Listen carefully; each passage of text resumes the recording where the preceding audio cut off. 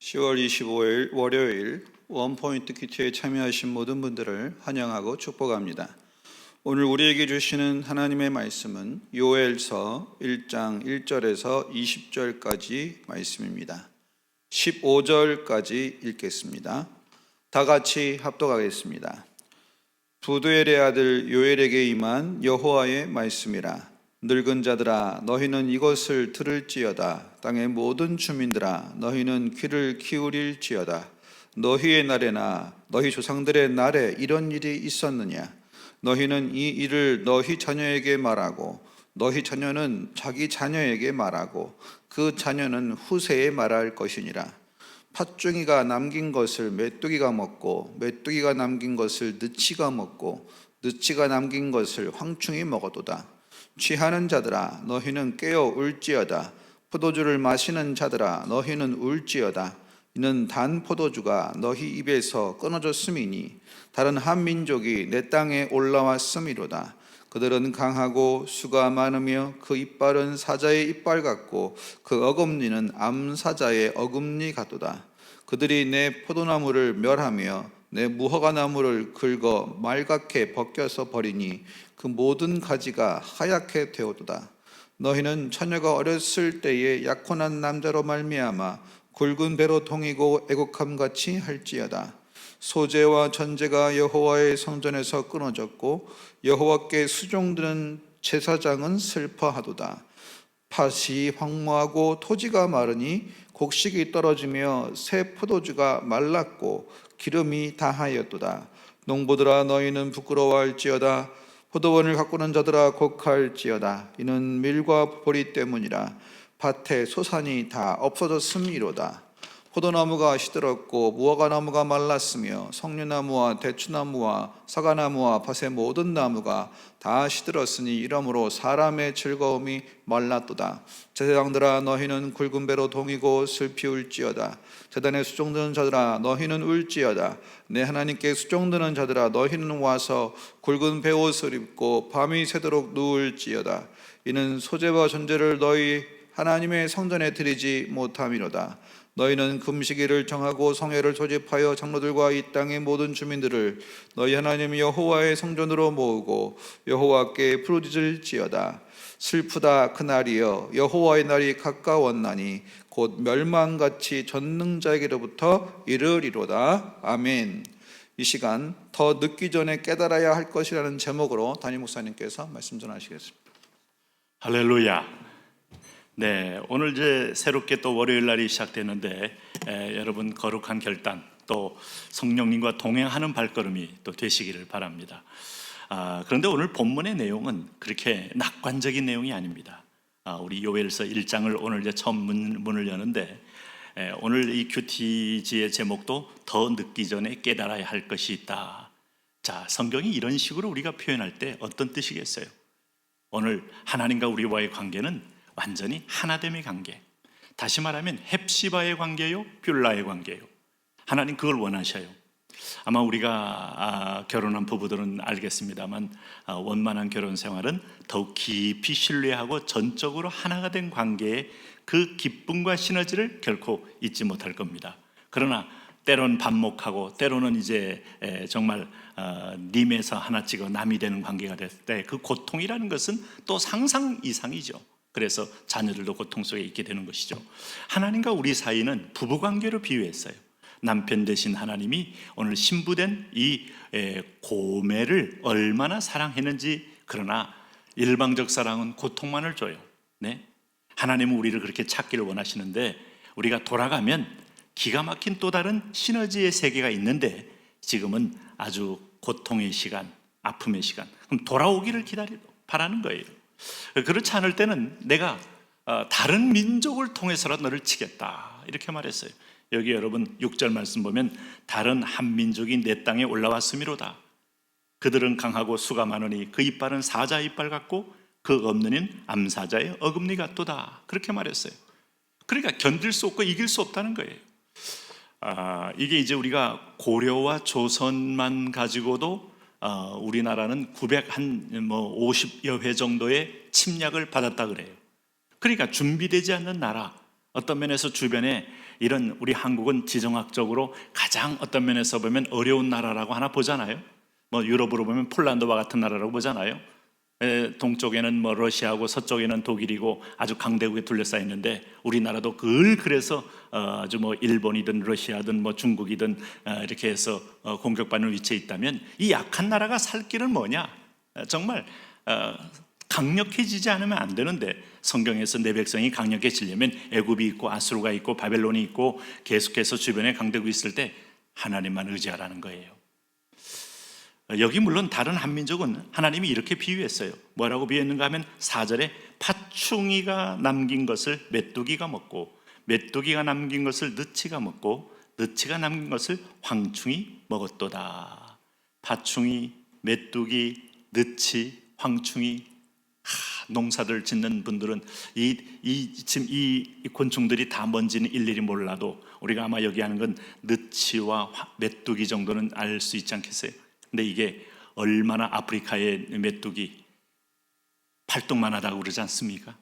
그러니까 이게 우리가 보고 있는 자그마한 메뚜기가 아니에요. 이것이 때를 이뤘을 때 어마어마한 때가 한번 지나가면 모든 농작물을 초토화하게 하니 생존권 자체가 불가능하다. 여러분 참 무서운 거예요. 하나님은 우박도 움직이고 하나님은 어떤 면에 곤충도 움직이고 하나님은 바람도 움직이고 하나님은 새도 움직이는데 그 전능자의 손짓 하나에 이 모든 땅의 메뚜기들이 정말 하늘을 새카맣게 덮으면서 침공해 올 때 이길 자가 없어요. 근래 호주에서 이 메뚜기 떼가 한번 남부의 바람을 타고 들어오면서 우리나라 남북한의 몇 배 되는 남북한 땅 같은 땅을 모조리 초토화시켰다고 하지 않습니까? 네, 이게 문제입니다. 전 세계 자연재앙 재해들 하나님의 경고예요. 도쿄의 지하에서 막 이 직하 지진 같은 게 터지고 전기가 끊어지고 이게 막 여러분 이런 상황에서 여기가 마치 지상에 뭐 낙원이 될 듯하게 아방궁 같은 집을 줘놓고 우리 집은 안전하다 말할 수 있어요? 네. 어느 나라는 그 핵무기에도 피할 수 있는 개인 방공호 혼자 들어가서 잠시 유지할 수 있는 방공호 그게 이제 그 한 4천만 원 한다는데 그거 놓고 들어가 있으면 핵무기 방어 된다고 그냥 쇠창 안에도 뚫리더라 이 말이죠. 그게 되겠습니까? 오늘 하나님이 부두엘의 아들 요엘에게 말씀하고 있는 거예요. 뭐라고 말합니까? 오늘 3절에 보세요. 너희는 이 일을 너희 자녀에게 말하고 너희는 너희 자녀는 자기 자녀에게 말하고 그 자녀는 후세에게 말을지니라. 이 말은 우리가 여호와께로 돌아가는 것인 시간과 세대를 불문하고 이것은 사는 길이다 하는 것을 하나님은 분명히 알기를 원하셔요. 오늘 그런 상황에서 여러분 보세요. 만일에 이 다가올 심판에 대하여 우리가 하나님 앞에서 돌아오지 않았을 때에 당할 이 영적 심판 또 하나님이 이 이의제의식으로 다른 민족을 통하여 때리는 심판 이 얼마나 무서울까요? 7절에 보면 그들이 내 포도나무를 멸하며 내 무화과 나무를 긁어 말갛게 벗겨서 버리니 그 모든 가지가 하얗게 되었도다. 너희는 처녀가 어렸을 때 약혼한 남자로 말미암아 굵은 배로 동이고 애곡함같이 할지어다. 그러니까 우리가 대개 다른 부분이 일이 열리고 뭐가 되어지면 글로 빠져갑니다. 가만히 주일날 과사 앉아서 예배하는 것보다 그 예배 시간에 어디 투자해서 돈 벌 일 있으면 그걸로 빠져갑니다. 또 교회 와서 하나님과 뜨겁게 만나는 하나님과의 영적 교통의 기쁨보다는 인간적 쾌락의 맛이 있는 것이 진하면 그걸로 싹 빠져나갑니다. 그런데 하나님 뭐라 그랬어요? 오늘 내 무화과 나무를 긁어 말갛게 벗겨버려서 그 모든 가지가 하얗게 되었다. 아무것도 아니다. 예를 들면 뭐 이런 비유가 죄송합니다만은 뭐 우리 뭐 자기 부인 두고 다른 첩을 가지고 막 도망갔던 사람이 끝까지 행복을 하면 원래 조강지처에게 돌아오겠어요. 다 버림받고 병들고 갈 데 없으니까 다시 와서 똑똑똑 문들리고 나 좀 받아주시오 뭐 이렇게 과거에 이런 일이 적지 않게 많았다고 하지 않습니까? 이게 왜냐하면 그게 잘 되지 않게 돼 있어요. 하나님이 그 축복이 하지 않게 돼 있어요. 그래서 오늘 우리가 사는 길은 뭐 좌고 우면할 거 없어요. 뭐라고 해야 됩니까? 여기 이제 하나님을 떠난 증거가 이 9절에 소제와 전제가 여호와의 성전에서 끊어졌고 여호와께 수종드는 제사장은 슬퍼하도다. 내 백성이 하나님과 소통하고 예배함으로 하나님께 소제와 번제와 화목제와 속죄제와 속건제와 번제와 이걸 드리면서 하나님 앞에 긍휼을 구해야 되고 하나님의 은총을 받아야 하는데 하나님과 교통이 끊어졌다. 하나님과 소통이 끊어졌다는 거예요. 결국은 여러분, 이 막힌 땅은요, 우리가 에너지의 원천이요, 축복의 원천이요, 사랑의 원천이 끊어지면 세상은 황혼무도해지고 축복이 끊어지고 모든 힘이 끊어진 세상이 되더라 이거죠. 그래서 10절에 밭이 황무하고 토지가 마르니 곡식이 떨어지며 새 포도주가 말랐고 기름이 다한 땅이 된다. 오늘 저랑 교태하시는 여러분들, 성경이 이 표현이 굉장히 강력하고 아주 파괴적인 표현까지 들어와 있습니다. 이 말은 뭔가 하면 예배 안 하면 죽는다 이거예요. 네? 소재와 전제가 여호와의 성전에서 끊어지는 그날, 당신의 제사장이 여러분 슬피 울면서 할 일이 없는 그날, 성도들이 예배 중심, 하나님 중심. 왜 하나님은 신의 산에서 하나님 나라의 원리를 얘기했을까? 원리입니다. 그거는 단순한 법령이 아니에요. 이렇게 시행하겠다는 거예요. 1계명에서 4계명까지 내 이름을 망령되이 일컫지 말아야 되고, 여호와의 안식일을 기억하여 거룩하게 지켜야 되고, 하나님만을 경외해야 되고, 이 사실은요, 지금까지도 오늘 여기 보세요. 자녀들에게 너희 조상들, 너희 자녀들, 또 자기 자녀는 후세에 말할지니라. 이거야말로 너희가 이 땅에서 장구할 수 있는 유일한 원리다. 이 땅을 저는 생각할 때마다 5,000년 동안 이 땅이 소멸되지 않고 살아남은 이유는 대한민국 탄생하기 위해서, 대한민국이 존재하는 이유는 오늘 이 땅을 통해 열방의 복음화의 제사장 나라 삼기 위해서. 이게 우리 교회의 축복이 주신 비전 아닙니까? 얼마나 놀랍습니까? 오늘 그런 의미에서 우리의 모든 소스와 근원은 하나님께로부터 나온다 하는 것을 결코 잊으시면 안 돼요. 그래서 참된 예배가 없는 곳에는요, 아무리 지금 잘 되는 것처럼 보여도 속습니다. 네? 그리고 결국 1장 12절 말씀 보세요. 인간의 기쁨도 사라지게 돼 있어요. 하나님의 은혜가 끊어지는데 포도나무가 시들었고 무화과나무가 말랐으며 석류나무와 대추나무와 사과나무와 밭의 모든 나무가 다 시들었으니 이러므로 사람의 즐거움이 말랐도다. 탄식만 나오는 겁니다. 과거에 1930년도에 우크라이나 지방에 대기근이 왔을 때 700만 가까이 죽었다고 하지 않습니까? 1930년대예요. 2차 대전 전이죠. 여러분, 이게 우리가 구체적으로 우리와 가까이 있지 않아서 그렇지만은 중국의 기근, 북한의 기근, 그때 사람을 잡아먹었다는 얘기가 우크라이나 지방에 있었다 이 말이죠. 북한에 있었다 이 말이죠. 중국에 있었다 이 말이죠. 사람이 아무것도 없을 때 무슨 희망, 내 키우는 아들까지 먹을 정도로 성경에도 그런 기록이 있잖아요. 그래서 하나님이 주셔야 되는 거예요. 오늘 누리는 것은 하나님의 허락이고, 내가 하나님께 예배 안 함에도 불구하고 누리고 있는 것은 하나님의 긍휼이고 참음이에요.